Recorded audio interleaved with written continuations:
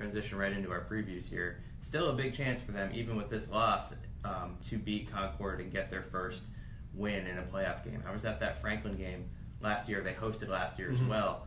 And they were right there until the end, and it was a really emotional loss for them, thinking that they could, hurdle this this goal that they had ever since they started this program for a lot of guys who went through 1-10 in their first year when they had no seniors and got really beat up by everybody, and thought they had it right there in their grasp last week. So regardless of what happens against Charlotte Catholic in 2 weeks, I don't think we have to look ahead too far.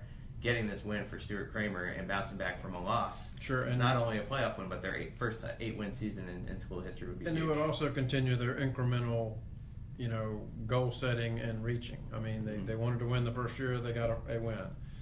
Second year, they wanted to be in playoff contention. They were 1 win away from going to the playoffs.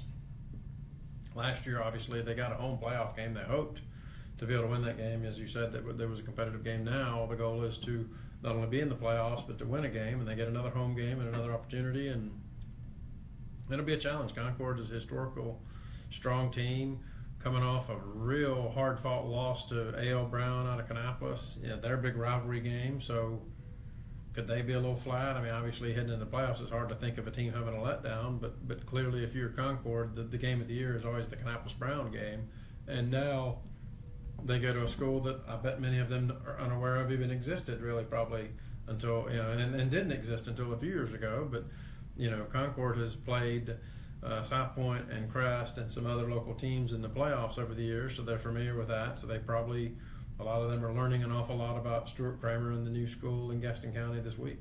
Yeah, Concord's losses, you look at Stuart Cramer fans may see a 5-6 team coming in and say, oh, this is our shot here to get a win. We should sail. But look at Concord's losses: Hickory Ridge, Huff, West Rowan, Cox Mill, J.M. Robinson, A.L. Brown.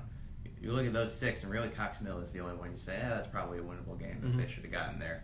Cox Mill came into Huss, if you're looking for a local perspective, and Huss beat them pretty good early in the season. But 5-6, and 5 of those teams are really, really tough. So they have played a tough schedule. I expect it to be close. We haven't gotten our picks in yet, but you can find those up on Thursday afternoon.